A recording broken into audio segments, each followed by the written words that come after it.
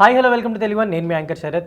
ఇటీవల కాలంలో చాలా రోజుల నుంచి జరుగుతున్న ఈ బెట్టింగ్ యాప్స్ గురించి, బెట్టింగ్ స్కామ్స్ గురించి అండ్ అంతేకాకుండా ఆన్లైన్ మోసాలు చాలా జరుగుతున్నాయి. అండ్ మన తెలంగాణ గవర్నమెంట్ గత కొన్ని రోజుల నుంచి ఎవరైతే బెట్టింగ్ యాప్స్ని ప్రమోట్ చేస్తున్నారో, ఇన్ఫ్లుయెన్సర్స్ అవ్వచ్చు, సెలబ్రిటీస్ అవ్వచ్చు, వాళ్ళందరి మీద కూడా యాక్షన్స్ తీసుకోవడం స్టార్ట్ అయింది. అండ్ అంతేకాకుండా చాలా మందిని ఇప్పుడు వాళ్ళ మీద కేసెస్ పెట్టి వాళ్ళని విచారణ కూడా పిలుస్తున్నారు.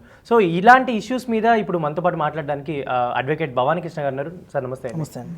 సో ఒక 2-3 రోజుల నుంచి చూస్తుంటే కూడా ఎక్కడ చూసినా కూడా ఈ బెట్టింగ్ యాప్స్ గురించి న్యూస్ ఉంది. కానీ ఇది గతంలో కొన్ని సంవత్సరాల నుంచి జరుగుతున్న ఇష్యూనే. కాకపోతే ఇప్పుడు ఏంటంటే మొత్తం ఒకేసారి ఒక ఇన్ఫ్లుయెన్సర్, సెలబ్రిటీలు అంతా ఇన్వాల్వ్ అయ్యేసరికి ఒక లైమ్ లైట్లోకి వచ్చింది. అసలు ఏంటి అంటే తెలంగాణ ప్రభుత్వం దీన్ని ఇంత స్ట్రిక్ట్గా తీసుకొని ఇప్పుడు ఇంత యాక్టివిటీ చేయడానికి ఏమైనా కారణం ఉందంటారు? బేసికల్లీ ఏంటంటే ఈ మధ్యకాలంలో బెట్టింగ్ యాప్స్ వల్ల సూసైడ్స్ చాలా ఎక్కువయ్యాయండి. గ్రామీణ ప్రాంతాల్లో యువత కూడా చాలామంది బెట్టింగ్స్ అనేవి ఈజీగా యాక్సెస్ అవుతుంది. ఈ ప్లే స్టోర్లో యాప్స్ ఉండకపోయినా కానీ వెబ్సైట్ నుంచి డౌన్లోడ్ చేసుకొని ప్రతి వాట్సాప్కి, ప్రతి ఇన్స్టాగ్రామ్కి యాడ్స్ వస్తున్నాయి. యాడ్స్ రూపంలో రావడం వల్ల ఈజీ డౌన్లోడ్ చేసుకొని ఈజీ మనీకి అలవాటు అయ్యి మనుషులు, చిన్నపిల్లలు, యూత్ 18 years వాళ్ళు కూడా చనిపోవడం జరుగుతుంది. కొంతమంది బైక్ సేల్ చేసి వాళ్ళకి కాలేజ్ ఫీజు ఇచ్చిన అవి కూడా బెట్టింగ్ సైడ్ డబుల్ అయితే ఈ డబ్బులు ఉంచుకొని మనం ఖర్చు పెట్టుకోవడానికి ఉంటుంది కదా అని చెప్పి ఈజీ మనీ కోసం ఆకర్షితులైన యువత చనిపోవడం జరుగుతుంది. సో వీటన్నిటికీ సజ్జనర్ గారు ఈ విషయాలు ఆయన పరిగణలోకి వచ్చిన తర్వాత say no to betting apps అనే ప్రోగ్రామ్ ఇనిషియేట్ చేసిన తర్వాత నాన్వేషణ అను కొంతమంది మాలాంటి ఇన్ఫ్లుయెన్సర్స్ అందరూ వీటిని అరికట్టాలనే ఉద్దేశంతో సో ఈ say no to betting apps అనే కాన్సెప్ట్ని బయట తీసుకొచ్చారు. ఇప్పుడు ఆల్ ఓవర్ తెలంగాణ, ఏపీలో ప్రతి తెలుగు వారు అందరూ యువత మొత్తం ఎవరైతే బెట్టింగ్ యాడ్స్ ఇస్తున్నారో, బెట్టింగ్ ప్రమోషన్లు చేస్తున్నారో, ఈ టెలిగ్రామ్ లింక్స్ అంటున్నారో వాళ్ళందరినీ వీడియోస్ మా అందరికి షేర్ చేసి వీళ్ళందరినీ అరెస్ట్ చేయాలని గట్టి కూర్చొని ఉన్నారండి. చాలామంది తల్లిదండ్రులు, పిల్లలు కోల్పోయిన వారు చాలా ఆవేదనతో ఉన్నారు. మా చుట్టుపక్కల కూడా చాలామంది జీతాలు వచ్చిందే శాలరీ పడిన వెంటనే ఫస్ట్ వాళ్ళు చేసేది ఏంటంటే బెట్టింగ్ యాప్స్లో డిపాజిట్ చేయడం. అండ్ ముందు ఐపీఎల్ సీజన్ వస్తుంది. ఈ ఐపీఎల్ సీజన్ అంటే చాలా దారుణంగా ఉంటుంది బెట్టింగ్లో.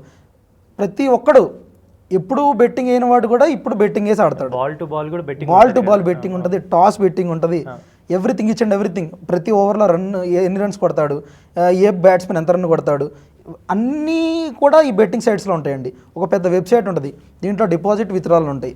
ఈ డిపాజిట్ విత్డ్రాలు ఏం చేస్తారంటే వాళ్ళు ఒక బెట్టింగ్ ఐడి ఇస్తారు, బెట్టింగ్ పాస్వర్డ్ ఇస్తారు, దీంతో లాగిన్ అవుతాం. లాగిన్ అయిన తర్వాత వాళ్ళు ప్రతిసారి మీరు డిపాజిట్ చేయడానికి ప్రతిసారి ఒక స్పెసిఫిక్ అకౌంట్ వస్తూ ఉంటుంది, కొత్త అకౌంట్స్ వస్తూ ఉంటాయి. ఈ అకౌంట్కి డిపాజిట్ చేయండి.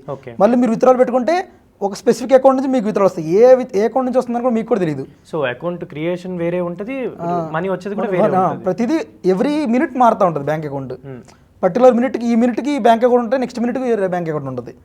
ఆల్ ఓవర్ ఇది. కానీ ఈ బెట్టింగ్ యాప్స్కి వచ్చే బ్యాంక్ అకౌంట్స్ అన్నీ నార్త్ ఇండియా ఉంటాయి. బీహార్, ఉత్తరప్రదేశ్ అండ్ రాజస్థాన్, ఈ 3 అండ్ గుజరాత్, ఈ 4 స్టేట్స్ నుంచి మాత్రమే ఈ బ్యాంక్ అకౌంట్స్ ఉంటాయి. ఈ బ్యాంక్ అకౌంట్స్ కూడా ఒక స్టోరీ ఉంది. ఏంటంటే వీళ్ళందరూ ఎవరంటే చదువుకున్నవారు, ప్రజెంట్ 10th క్లాస్ ఇంటర్మీడియట్ చదువుకునే పిల్లలు స్కాలర్షిప్స్ కోసం ఓపెన్ చేసే బ్యాంక్ అకౌంట్సే టార్గెట్ చేస్తారు.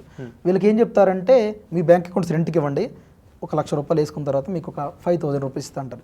ఈ చిన్నపిల్లలు చదువుకునే వాళ్ళు ఏమంటారంటే అరే డబ్బులు వస్తున్నాయి కదా, ఈజీ మనీ. వీడు బెట్టింగ్ ఆడకపోయినా ఇది ఒక ఈజీ మనీ కాన్సెప్ట్. వాడు ఏమనుకుంటే ఈజీ మనీ వస్తుంది కదని చెప్పి వాడు రెంట్కి ఇస్తాడు. వాడు 1,00,000 చేయడు, వాడు 10 లక్షలు 20 లక్షలు డిపాజిట్ చేస్తాడు. కానీ మనకు 30 lakhs కంటే ఎక్కువ అకౌంట్ సేవింగ్స్ అకౌంట్లో పడితే ఇన్కమ్ ట్యాక్స్ కింద వస్తుంది. వాడికి ఆ విషయం తెలియదు. వీడు ఫుల్ బల్క్గా వీడు డిపాజిట్ చేస్తాడు, వీడి అకౌంట్ నుంచి అందరికీ విత్డ్రాల్స్ కొడతాడు. కానీ తర్వాత ఇన్కమ్ ట్యాక్స్ వాడు వీడికి నోటీస్ పంపిస్తాడు. మొన్న ఎగ్జాంపుల్ కొత్తగూడెంలో రీసెంట్గా మొన్న కొత్తగూడెంలో వచ్చింది. చదువుకునే రైతు, సాధారణ రైతుకి 30 లక్షలు కట్టమని ఇన్కమ్ ట్యాక్స్ వచ్చిందన్న. సో ఆయన పర్ఫెక్టే. కానీ వేరే చోట్ల ఏమైందంటే వీళ్ళు ఇల్లీగల్ వాటికి ఇచ్చిన తర్వాత ఈ బ్యాంక్ అకౌంట్స్ అనేది మిస్యూజ్ అవుతూ ఉంటాయి. బేసిక్ సైబర్ క్రైమ్ 1930 కాల్ చేయమంటారు. ఎందుకు కాల్ చేయమంటారు? ఇప్పుడు మీ దగ్గర ఒక అమౌంట్, మీ దగ్గర నుంచి ఒకళ్ళు సైబర్ హ్యాకర్లు మీ దగ్గర నుంచి డబ్బులు తీసుకుంటారు. ఇవన్నీ ఒకటే అకౌంట్లో వేసుకోరు. ఇలాంటి రెంటెడ్ యాప్స్ దగ్గర రెంటెడ్ బ్యాంక్ అకౌంట్స్లో తీసుకొని ఈ రెంటెడ్ అకౌంట్స్లోకి వాళ్ళు డిపాజిట్ చేసుకున్న తర్వాత అవి ఎన్నైనా కావచ్చు, ఒక 10 CR కావచ్చు, 20 CR కావచ్చు, చేసిన తర్వాత వాళ్ళు సెకండ్ లేయర్ ఇంకొకరు ఉంటారు. ఇట్లా ఒక 10 మంది స్టూడెంట్ తీసుకుంటారు. 11వ వ్యక్తి అసలు ఓనర్ ఉంటాడు. ఈ 10 మంది నుంచి అమౌంట్ ఫస్ట్ పడేవాడు లేయర్ 1, సెకండ్ లేయర్ 2, అలాగే లేయర్ 10లో వాడు ఉంటాడు. వాడు ఏం చేస్తాడు, ఇప్పుడు క్రిటికాలిటీ ఉంటుంది కదా, పోలీస్ అటాక్ చేస్తే లేయర్ 1, లేయర్ 2 వాళ్ళు మ్యాటర్ చేస్తారు, లేయర్ 10 దాకా వెళ్ళరు. లేయర్ 1 లేయర్ 2లో మెయిన్ పర్సన్స్ ఫస్ట్ పడేది వీళ్ళ దగ్గర కాబట్టి లేయర్ 2 అనేది ఎవరన్నా అవ్వచ్చు. ఆ అకౌంట్ ఇప్పుడు మీ దగ్గరికి వచ్చాను, మీది ఒక షాప్ ఉంది, నేను మీ షాప్ స్కానర్కి పైసలు పంపిస్తాను, ఎందుకంటే నేను పర్చేజ్ చేస్తాను కాబట్టి నాకు తెలియదు నా డబ్బులు ఎక్కడి నుంచి వచ్చినాయి. నాకు మా ఫ్రెండ్ కావాలంటే ఒక 5,000 కావాలంటే కొడతాడు, వాడు బెట్టింగ్ ఆడొచ్చు, వాడు బెట్టింగ్ నుంచి వాడికి డిపాజిట్ అవుతుంది, డిపాజిట్ అయితే వాడు నాకు 5,000 అప్పు కావాలంటే ఇస్తాడు, నేనేం చేస్తాను మీకు షాప్లో నేను పర్చేజ్ చేస్తాను. సో మీకు తెలియదు ఆ లేట్ టైంలో వాళ్ళు ఉంటారు, ఉండి వాళ్ళు బ్యాంకులోంచి విత్డ్రా చేస్తారు పైసలు డైరెక్ట్గా క్యాష్ రూపాన విత్డ్రా చేస్తారు. సో వాళ్ళు ఈ సర్కిల్లో ఉండరు, ఈ లూప్లో వాళ్ళ టార్గెట్ అనేది లేయర్ 1 లేయర్ 2లో ఉంటారు. పోలీసు వాళ్ళు స్కామ్ చేసి మరి ఈ స్కామర్స్ లేయర్ 10లో ఉండి ఇదొక స్కామ్. రీసెంట్గా చాలామంది యువత మీద 550 కేసు ఆల్ ఓవర్ ఇండియా పడింది. దేనికంటే సైబర్ క్రైమ్. వాడికి ఏం తెలియదు, వాడు ఏం చేసేవారు అంటే నేను బ్యాంక్ అకౌంట్ రెంట్కి ఇచ్చా అంటాడు. ఓకే, రెంట్ అనేది చాలా పెద్ద క్రైమ్. అకౌంట్ రెంట్కి ఇవ్వడం వల్ల ఇలాంటి కేసెస్ చాలా పెద్ద. నిన్న చూసుకుంటే దాదాపుగా 11 మంది ఇన్ఫ్లుయెన్సర్స్ మీద కేసెస్ అయితే పడ్డాయి కదా, వీళ్ళు కాకుండా ఇంకా చాలా మంది ఉన్నారు. యాక్చువల్లీ ఇప్పుడు ఆ 11 మంది ఇన్ఫ్లుయెన్సర్స్లో కూడా మీకు కొంతమంది టచ్లోకి వచ్చారు, ఈ కేసు గురించి మాట్లాడిన వాళ్ళు ఉన్నారు. అసలు ఏం జరిగింది ఒకసారి చెప్తారా దీని గురించి? ఇప్పుడు నిన్నటిదాకా కొంతమంది పర్టికులర్ పేర్లు చెప్పకూడదు కానీ కొంతమంది మీద కేసెస్ అయినాయి.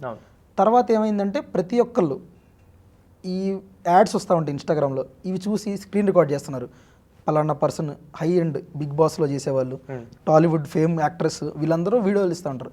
ఈ బెట్ 365 ఆడండి, bet so and so, bet 777, bet 555, వీటిలో ప్లే చేయండి, క్యాసినో ప్లే చేయండి, రమ్మీ ప్లే చేయండి అని అడ్వర్టైజ్మెంట్ ఇస్తారు.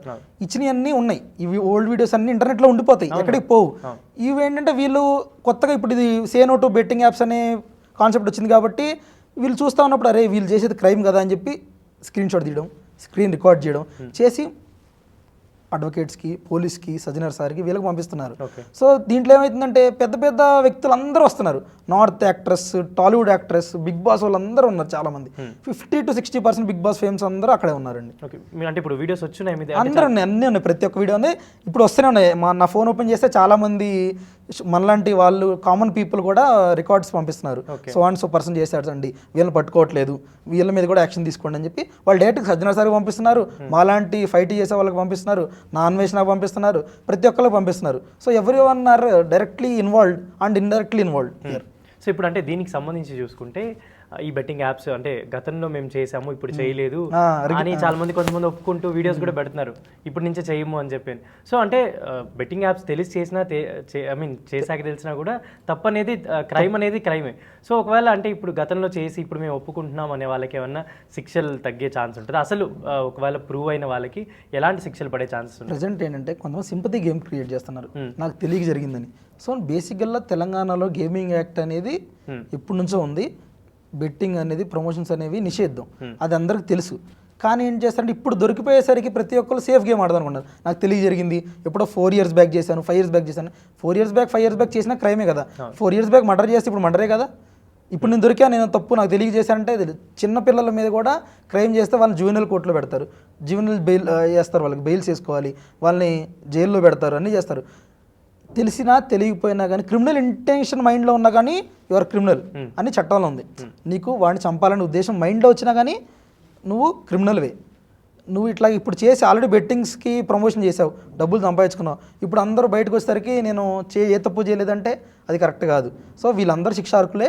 కానీ ఇప్పటి నుంచైనా మేము చేయమని వీళ్ళందరూ కోర్టు ద్వారా జడ్జి గారి ముందు ఒప్పుకొని మేము ఇక తప్పులు చేయం, ఇదే ఫస్ట్ అండ్ లాస్ట్ పనిష్మెంట్ కొంచెం తగ్గే అవకాశం ఉంటుంది. ఓకే, అసలు మామూలుగా జనరల్గా ఇప్పుడు ఇలాంటి బెట్టింగ్స్ అనేవి జనరల్ డైరెక్ట్గా జరగవు కాబట్టి చాలా ఇండైరెక్ట్గా జరుగుతుంటాయి. అండ్ ఇది ప్రూవ్ అవ్వడానికి కూడా చాలా టైం పడుతుంటుంది జనరల్లీ, ఎందుకంటే ఐపీఎస్ వేరే ఉంటాయి, బ్యాంక్ అకౌంట్స్ వేరే ఉంటాయి.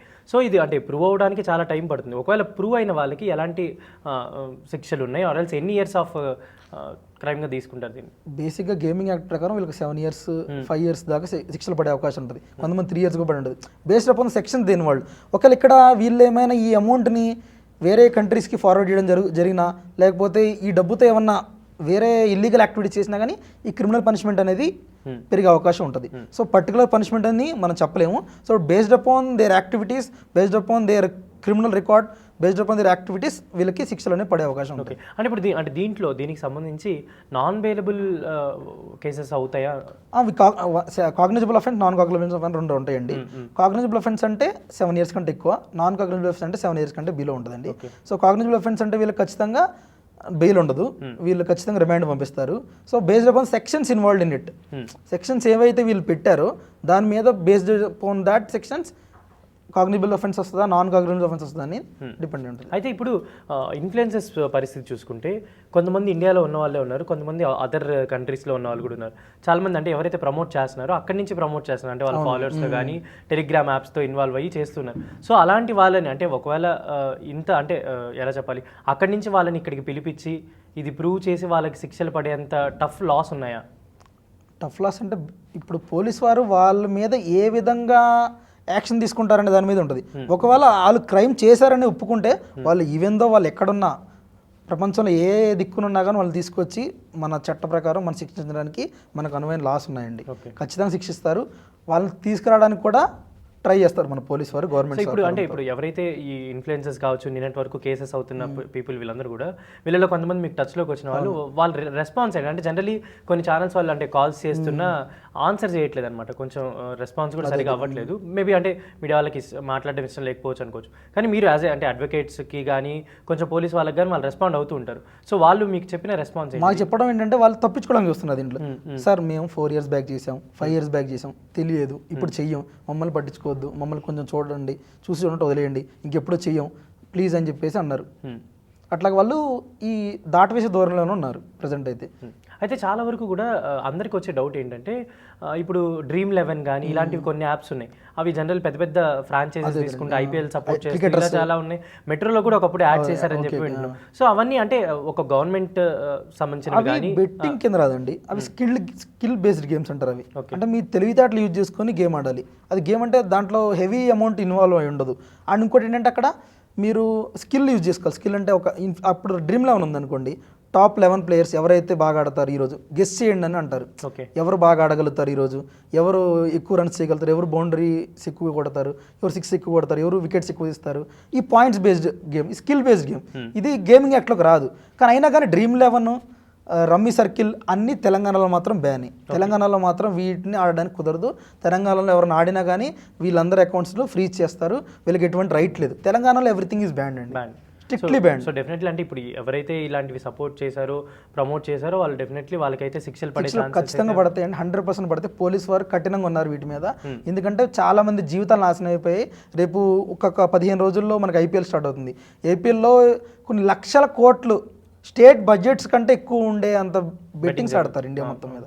సో ఇదంతా అరికట్టాలంటే ఇప్పుడు నుంచే మనం స్టార్ట్ చేస్తే నెక్స్ట్ 15 daysలో వీటిని ఫుల్ స్టాప్ పెట్టొచ్చు అని. అయితే అంటే ఇప్పుడు మనం తెలంగాణ వరకు చూసుకుంటాం, అంటే ఇక్కడ బ్యాన్ కాబట్టి ఆడకూడదు అని. ఓవరాల్గా అసలు బెట్టింగ్ అనేది చూసుకుంటే అసలు ఇండియా మొత్తం మీద కూడా ఇట్స్ బిగ్ నెట్వర్క్ అనమాట. అంటే ఎప్పుడు ఎవరు ఎక్కడ బెట్టింగ్ వేస్తున్నారో తెలియదు, ఏ స్టార్స్ ఇన్వాల్వ్ అయ్యారో తెలియదు, ఏ సెలబ్రిటీస్ ఇన్వాల్వ్ అయ్యారో తెలియదు. గతంలో కూడా అంటే అది తెలిసి చేశారో తెలియకుండా చేశారో తెలియదు, కానీ చాలా మంది సినిమా వాళ్ళు కూడా ఇలా ఈ యాప్ని ఫాలో అవ్వండి, ఈ యాప్లో మీరు ఈజీగా మనీ పొందొచ్చు, ఈ యాప్లో మీరు డబ్బులు ఇన్వెస్ట్ చేయండి, ఇలా చాలా చెప్తూ ఉన్నారు. సో అలాంటి వాళ్ళకి అంటే ఎలా తెలుసుకోవాలి వాళ్ళు, అంటే ఇప్పుడు ఇది ఏ విషయాన్ని వాళ్ళు ప్రమోట్ చేయొచ్చు, ఎలాంటి యాప్స్ని వాళ్ళు ప్రమోట్ చేయొచ్చు అని వాళ్ళు ఎలా తెలుసుకోగలరు? ఫస్ట్ ఆఫ్ ఆల్ ఇండియాలో బెట్టింగ్ అనేది నిషిద్ధం అండి. అది ఇండియాలో ఎటువంటి పర్మిషన్ లేదు. మీరు ఇంగ్లాండ్ కానీ వేరే కంట్రీస్కి వెళ్తే అక్కడ లీగల్ బెట్టింగ్ ఉంటుంది. అక్కడ యాడ్స్ కూడా మీరు గ్రౌండ్లో చూడొచ్చు. Bet 3-5 యాడ్ ఉంటుంది, ఇంకా డఫా బెట్ యాడ్ ఉంటుంది, డైరెక్ట్ యాడ్స్ ఉంటాయి. వెస్టిండీస్కి వెళ్ళినా కానీ ఇక్కడ కనిపిస్తాయి, మనం క్రికెట్ చూస్తూ ఉంటాయి. కానీ ఇండియాలో మాత్రం బెట్టింగ్ అనేది ఇల్లీగల్. బెట్టింగ్ ఆడడానికి పర్మిషన్ ఎటువంటి లేదు. చాలామంది లాస్ట్ 2 years బ్యాక్ కూడా బెట్టింగ్ని లీగలైజ్ చేయమని చాలామంది అడగడం జరిగింది సెంట్రల్ గవర్నమెంట్ని, కానీ ఇప్పుడు వరకు ఎటువంటి ప్రపోజల్ లేదండి. సో ఈ ఇన్ఫ్లుయెన్సర్లు ఏం చేస్తున్నారంటే వీళ్ళకి కూడా కొన్ని లక్షలు ఇస్తారండి. బెట్టింగ్ అనేది ఈజీ మనీ, సో వాళ్ళకి చాలా ఈజీగా వస్తాయి. 100% ఎంతవరకు ఉండొచ్చు అంటే ఒక ఇన్ఫ్లుయెన్సర్కి ఈ యాప్ని ప్రమోట్ చేయమని చెప్పి అని ఎంతవరకు అమౌంట్ ఇచ్చే ఛాన్స్? మంత్లీ ఉందండి. ఇది ఒక పెద్ద సిండికేట్ అండి. మీకు తెలియాల్సింది ఏంటంటే సౌత్ బ్లాక్, నార్త్ బ్లాక్ అని 2 బ్లాక్స్ ఉన్నాయి. ఇప్పుడు సౌత్ బ్లాక్ ఇన్ఫ్లుయెన్సర్ యూట్యూబ్లో చిన్న చేతిగా ఇన్ఫ్లుయెన్సర్ కూడా వాడిని సౌత్ నుంచి నార్త్ నుంచి డివైడ్ చేస్తారు.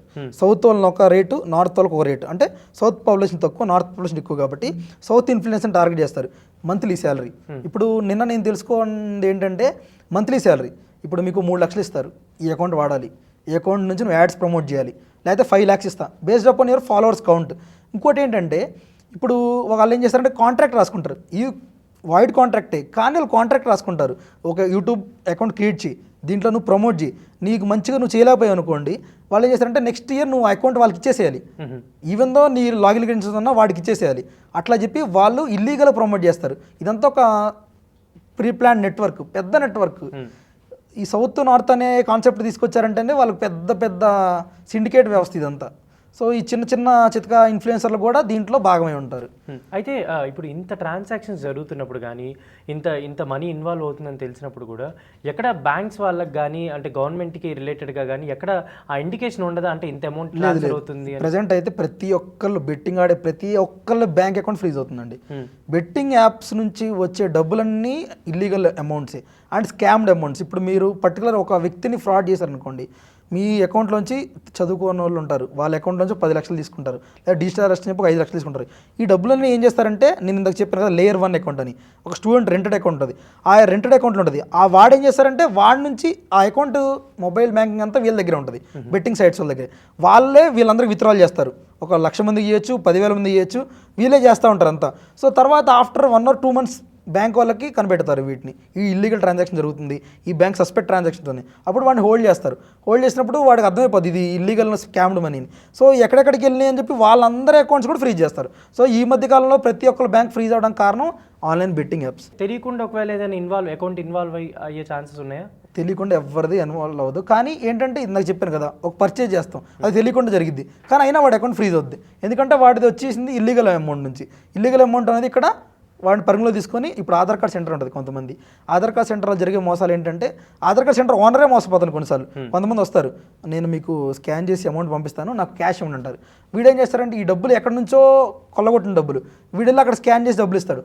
ఆఫ్టర్ 10-15 days వీళ్ళ అకౌంట్ మీద రిపోర్ట్ అయింది, సో స్కామ్డ్ మనీ ఇంకో అకౌంట్ నుంచి మీ అకౌంట్కి వచ్చాయి. అప్పుడు మీ అకౌంట్ కూడా ఫ్రీజ్ చేస్తారు. వాడు లబోదిబా అంటాడు, వాడు ఏం చేయలేడు. అది పరిస్థితి ప్రజెంట్. సో ఇప్పుడు అంటే నిన్న మనం విన్నది ఏంటంటే దాదాపు ఒక 11 members మీద కేసెస్ అయ్యి వాళ్ళకి నోటీసెస్ కూడా ఇచ్చారని చెప్పి ఆల్మోస్ట్ ఒక్క పర్సనే అటెండ్ అయ్యాడు అనేది అయితే ఇన్ఫర్మేషన్ ఉంది. సో మిగతా వాళ్ళు కూడా అంటే మిమ్మల్ని అప్రోచ్ అయిన వాళ్ళలో మీరు అంటే వాళ్ళ సైడ్ అంటే ఎలా సాల్వ్ చేయాలి అనేది వీళ్ళు హానరబుల్ హైకోర్టు దగ్గరికి వెళ్ళి ముందే యాంటిసిపేటరీ బిల్ తీసుకోవచ్చండి. అండ్ పోలీస్ వారికి వీళ్ళు సహకరించాలి ఇన్వెస్టిగేషన్కి. అలాంటప్పుడు వీళ్ళకి యాంటిసిపేటరీ బిల్స్ ఇస్తారు.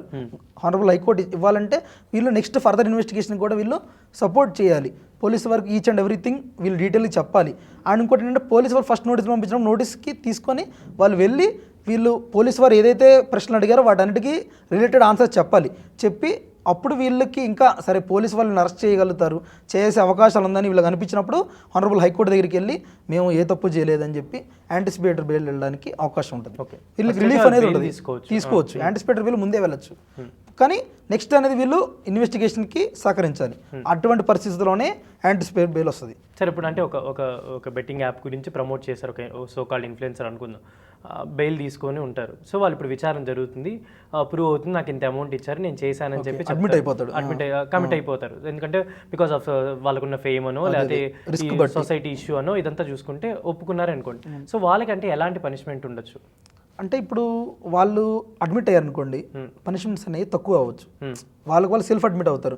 సో నేను ఇంకెప్పుడు చేయను, నేను తెలిసి తెలియక జరిగింది, సో నాకు అమౌంట్ వచ్చింది, ఇది నేను గవర్నమెంట్ రిటర్న్ చేస్తాను, సో నాకు తెలిసి తెలియక జరిగింది, నేను అప్రూవర్గా మారిపోతాను, నేను ఇవి చాలామందికి నేను ఇన్ఫ్లుయెన్సర్ కాబట్టి నేను అందరికీ చెప్తాను, ఈరోజు నా ఇన్స్టాగ్రామ్ నుంచి చెప్తాను ఎవరు బెట్టింగ్ ఆడొద్దని అని చెప్పినప్పుడు పనిష్మెంట్స్ అనేవి చాలా వరకు తగ్గే అవకాశాలు ఉంటాయి. పోలీస్ వారు కూడా వాళ్ళకి కొంచెం రిలీఫ్ ఇస్తారు, తగ్గిస్తారు. కోర్టులో కూడా వీళ్ళకి రిలీఫ్ అనేది ఉంటుంది. ఇప్పుడు అంటే ఇప్పుడు ఈ 11 members కాకుండా దాదాపు చాలా మంది కూడా సోషల్ మీడియా వాడుతున్న వాళ్ళు ఉన్నారు, ఇన్స్టాగ్రామ్స్ వాడుతున్న వాళ్ళు ఉన్నారు, యూట్యూబ్ ఇవన్నీ చూస్తే కూడా చాలా మంది ఈ బెట్టింగ్ యాప్స్లో ఇన్వాల్వ్ ఉన్నారు, డైరెక్ట్లీ ఆర్ ఇండైరెక్ట్లీ చాలా మంది ప్రమోట్ చేస్తారు. ఇప్పుడు ఓన్లీ 11 members మీద కేసెస్ పడ్డాయి, తెలియకుండా ఇంకా చాలా పేర్లు చాలా ఉన్నాయి. గతంలో చేసిన ట్రావెలర్స్ కానీ ఇన్ఫ్లుయెన్సర్స్ కానీ చాలా మంది ఉన్నారు.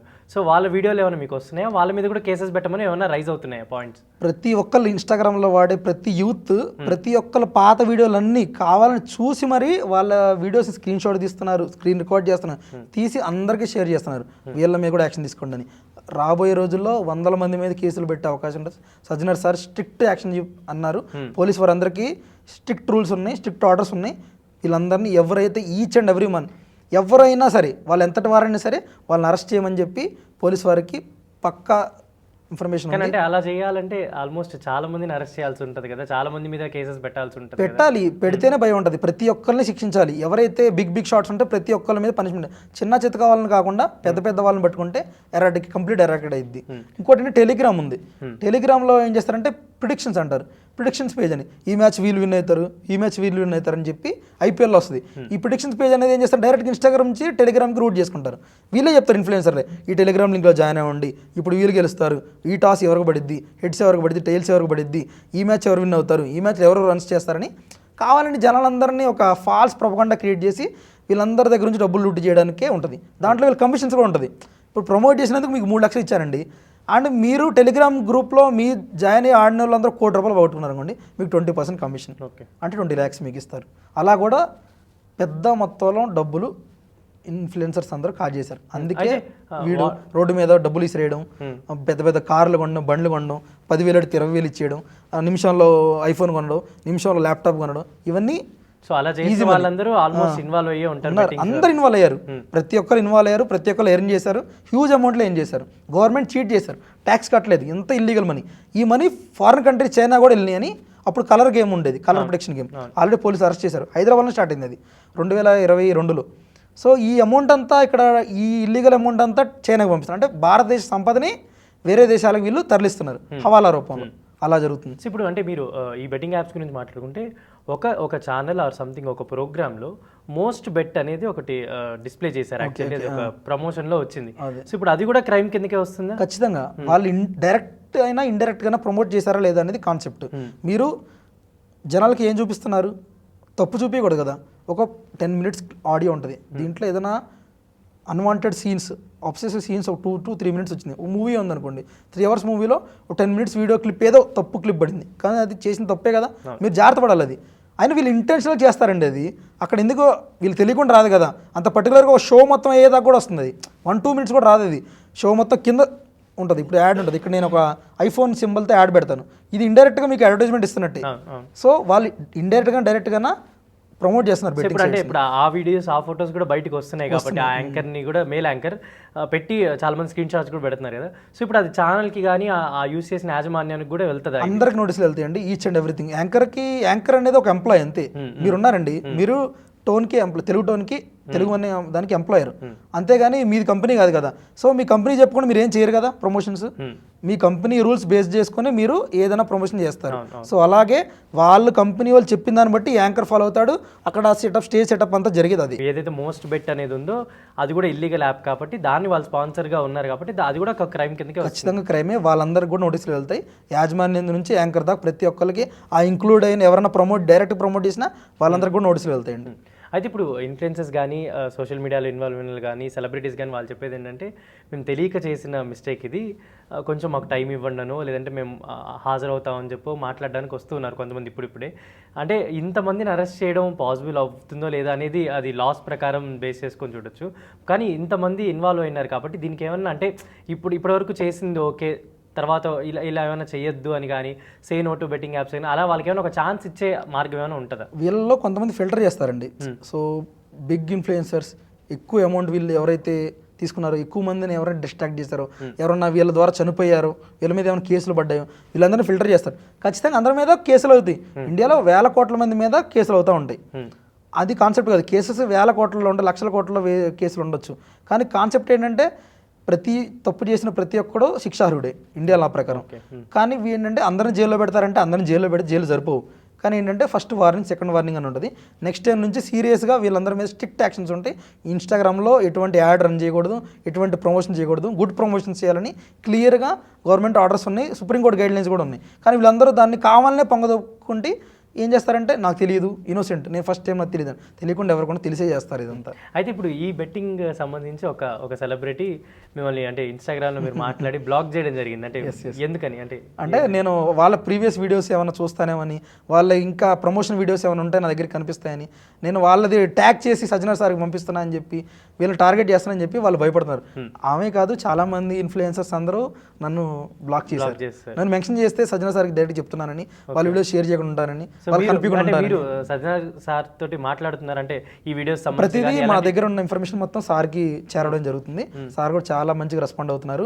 సే నో టు బెట్టింగ్ యాప్స్ అనే ప్రోగ్రామ్ గట్టిగా తీసుకెళ్ళాలి, ముందుకు వెళ్దాం మంచిగా. అందరినీ ఎవరైతే దీంట్లో పాల్గొన్నారో ప్రతి ఒక్కరిని శిక్షిద్దామని చెప్పి ఆయన గట్టిగా పట్టుకొని కూర్చున్నారు. సో అంటే ఇప్పుడు మీ అంచనా ప్రకారం అంటే మీకు ఇన్ని వీడియోస్ వస్తున్నాయి, ఇంతమంది పేర్లతో వస్తున్నాయి, ప్లస్ వీడియోస్తో సహా స్క్రీన్ షాట్స్తో రికార్డింగ్స్తో సహా వస్తున్నాయి కాబట్టి అసలు ఎంత అంటే ఒక అమౌంట్ ఉంటుంది కదా, ఇన్ని కోట్లు జరిగిందని, ఎంత కోట్ల వరకు జరిగి ఉండొచ్చు? ఇవి ఈ రోజు నుంచి స్టార్ట్ అయింది కదండి.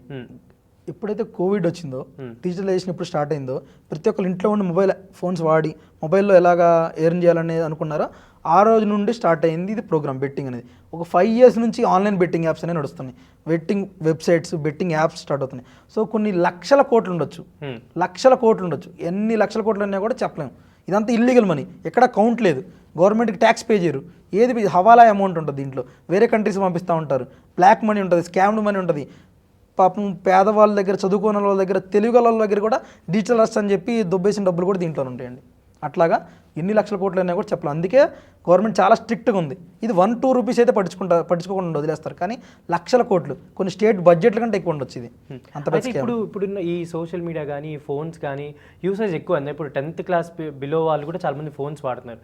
అంటే తెలియకుండా జస్ట్ ఇప్పుడు ఏంటంటే ఒక లింక్తో కూడా మనం అమౌంట్ మనం లాస్ చేసుకుంటాం. సో వీటికి సంబంధించి ఏమన్నా నెక్స్ట్ ఫర్దర్ యాక్షన్స్ ఎలా ఉండబోతుంది అంటే? ఇప్పుడు అందుకే కదా మనకి సెంట్రల్ గవర్నమెంట్ వారు 1930 అనే కాలర్ ట్యూన్ ప్రతి ఒక్కరు ఫోన్లో వస్తాయి. ఇప్పుడు మీకు కాల్ చేస్తే call to 1930 if any cyber fraud has been happened అని ఉంటుంది. సో అవేర్నెస్ ప్రోగ్రామ్స్ అని సెంట్రల్ గవర్నమెంట్ క్రియేట్ చేస్తుంది.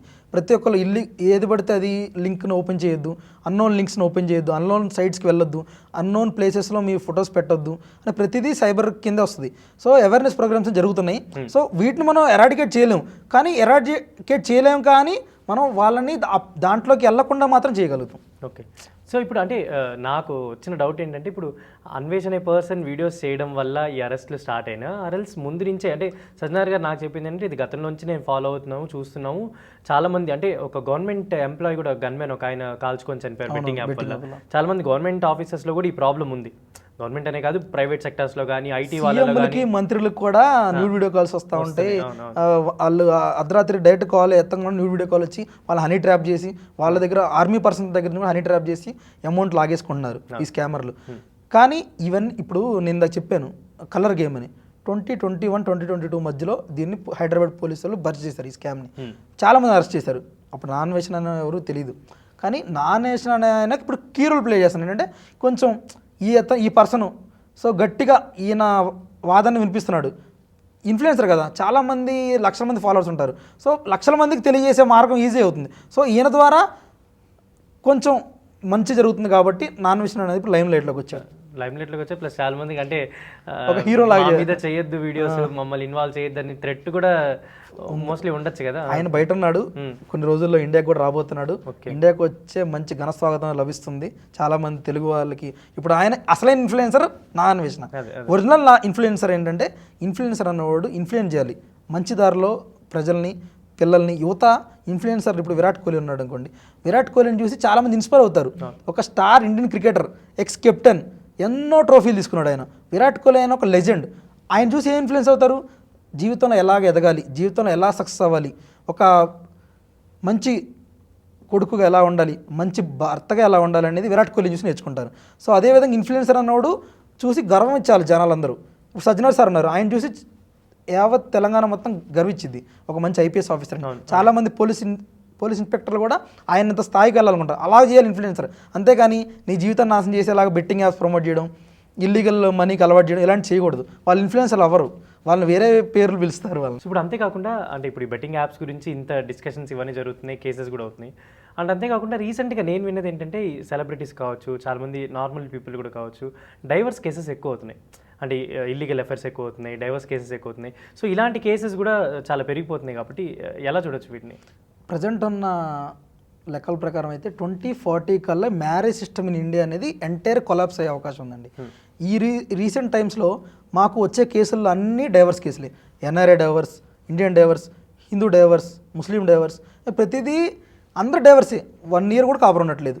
క్రితం కాలంలో ఎలా ఉండేది అంటే మన ఫాదర్ మదర్ ఉన్న ఏజ్లో ఏంటంటే ఇద్దరు కాంప్రమైజ్ అయ్యేవాళ్ళు. ఒకళ్ళు చెప్తే ఒకళ్ళు వింటారు, ఇతను చెప్తే అతను వింటారు, అతను చెప్తే ఇతను వింటారు, అలాగ ఉండేది. ఇప్పుడు నువ్వు చెప్తే ఏంటి, నేను ఎందుకు వినాలి, నేను చెప్తే నువ్వు ఎందుకు వినాలి, నేనే డామినేషన్ చేయాలి, నువ్వే డామినేట్ చేయాలని చెప్పి ఆ కాన్సెప్ట్లోకి వెళ్ళేసరికి వీళ్ళెవరూ జీర్ణించుకోలేకపోతున్నారు. Ego feelings, egoist mind set వచ్చేసరికి వీళ్ళు తట్టుకోలేకపోతున్నారు. నేనే గొప్ప, ఆయన చెప్తే నేను ఎందుకు వినాలి, తల్లిదండ్రుల దగ్గర ఎందుకు ఉండాలి. కష్టపడి పెంచిన తల్లిదండ్రులు ఇప్పుడు మిమ్మల్ని 25 సంవత్సరాల దాకా కష్టపడి పెంచుతారు. మీ తల్లిదండ్రులు పెంచి మిమ్మల్ని చదివించి మంచి స్థాయి తీసుకెళ్తే మీకు పెళ్లి చేసిన తర్వాత వెంటనే మిమ్మల్ని వేరే ఇంట్లో కాపురం పెట్టి మీ సంపాదించే సంపాదన మీ అమ్మా నాన్న చూడకుండా ఉండాలంటే ఏ తల్లిదండ్రులన్నా యాక్సెప్ట్ చేస్తారా? ఇప్పుడు మిమ్మల్ని అనే మీ వైఫే రేపు వాళ్ళ కొడుకు ఇలా చేస్తే ఊరుకుంటారా? ఊరుకోరు కదా. సో కష్టపడి సంపాదించి కష్టపడి జీవితం త్యాగం చేసి పిల్లల్ని చదివించి ప్రయోజకులు చేసిన తర్వాత వాళ్ళని వేరే కాపురంలో ఉంచుకోవాలి.